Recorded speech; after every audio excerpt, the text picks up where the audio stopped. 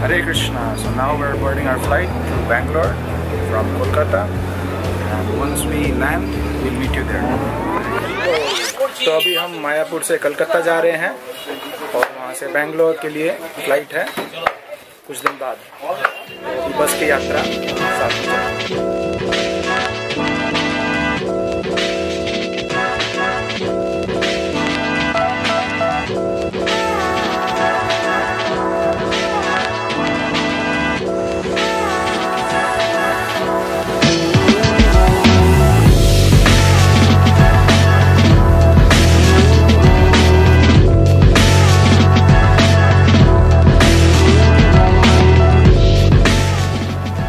कोलकाता में 2-3 दिन हम रुके, वहाँ पर कुछ प्रचार प्रोग्राम में भाग लिया और उसके बाद हवाई अड्डे पे गए अपने फ़्लाइट को पकड़ने के लिए। और ये आप देख सकते हैं एयर एशिया आ रही है एयरपोर्ट में और इसके बाद हम चढ़े। तो आज हमें हवाई जहाज़ में उड़ने का एक मौका मिला। 2 चीज़ें गौर की मैंने। सबसे पहले तो हर कार्य में व्यक्ति को श्रद्धा की आवश्यकता है। उदाहरण के लिए जब हम लगभग 150 लोग, 250 लोग उस फ्लाइट पे चढ़े हैं, हर व्यक्ति इस श्रद्धा के साथ चढ़ा है कि ये फ्लाइट मेरे को सुरक्षित अगले गंतव्य तक पहुंचाएगी। तो ये एक श्रद्धा है। हमें कोई पता नहीं है कि ये होगा कि नहीं होगा, दुर्घटना घट भी सकती है, लेकिन इस सरल श्रद्धा के साथ हम इस फ्लाइट में चढ़े हैं कि जरूर बिना दुर्घटना से हम लोग अपने स्थान पे पहुंच जाएंगे। उसी प्रकार से जीवन में किसी भी क्षेत्र में यदि हम आगे बढ़ना चाहते हैं, कदम रखना चाहते हैं, उसका सबसे पहला पहलू है श्रद्धा। चाहे वो विज्ञान ही क्यों ना हो, चाहे वो शिक्षा ही क्यों ना हो, चाहे वो कारोबार ही क्यों ना हो, चाहे वो संबंध स्थापित क्यों ना हो, हर कार्य एक श्रद्धा के आधार पर प्रारंभ होती है। और हमारे शास्त्रों में भी सबसे पहला सिद्धांत यही है, आदौ श्रद्धा।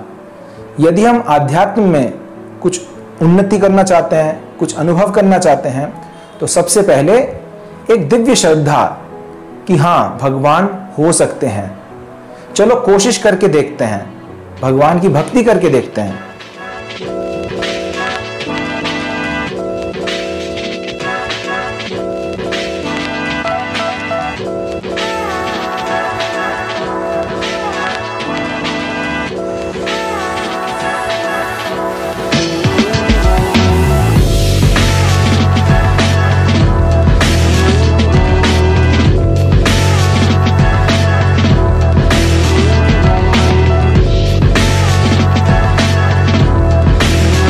प्रभुपाद जी ने बहुत अच्छा उदाहरण दिया है कि जिस प्रकार से आप किसी शहर में हैं, वहाँ पे बादल छाए हुए हैं, बारिश हो रही है, अंधेरा हो रखा है, लेकिन यदि आप हवाई जहाज़ में बैठ के उन बादलों से ऊपर जाएं तो वहाँ पर चारों तरफ रोशनी है, बहुत तेज रोशनी।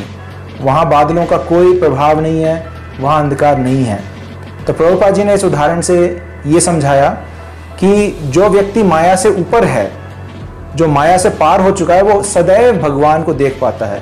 उसका जीवन शांत, सुखी और आनंदमय होता है। किसी प्रकार का बादल, किसी प्रकार का परेशानी, किसी प्रकार की माया का प्रभाव नहीं है।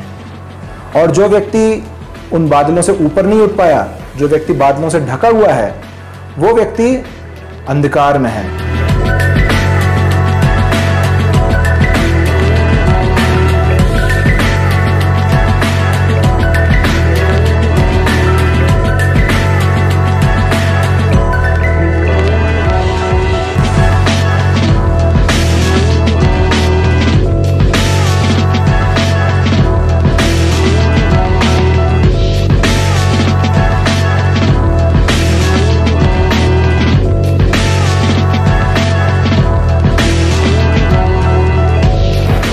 गए हैं, अभी बैंगलोर उतर रहे हैं।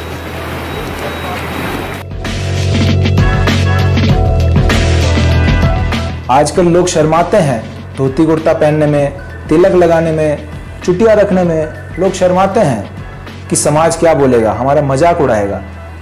लेकिन प्रभुपाद जी की कृपा से, गुरु जी की कृपा से हम लोग इसी वेशभूषा में हर जगह जाते हैं। कोई भी कार्य हो, कहीं पे भी जाना हो, 24 घंटा इसी वेशभूषा में रहते हैं और लोग इससे प्रभावित होते भी हैं।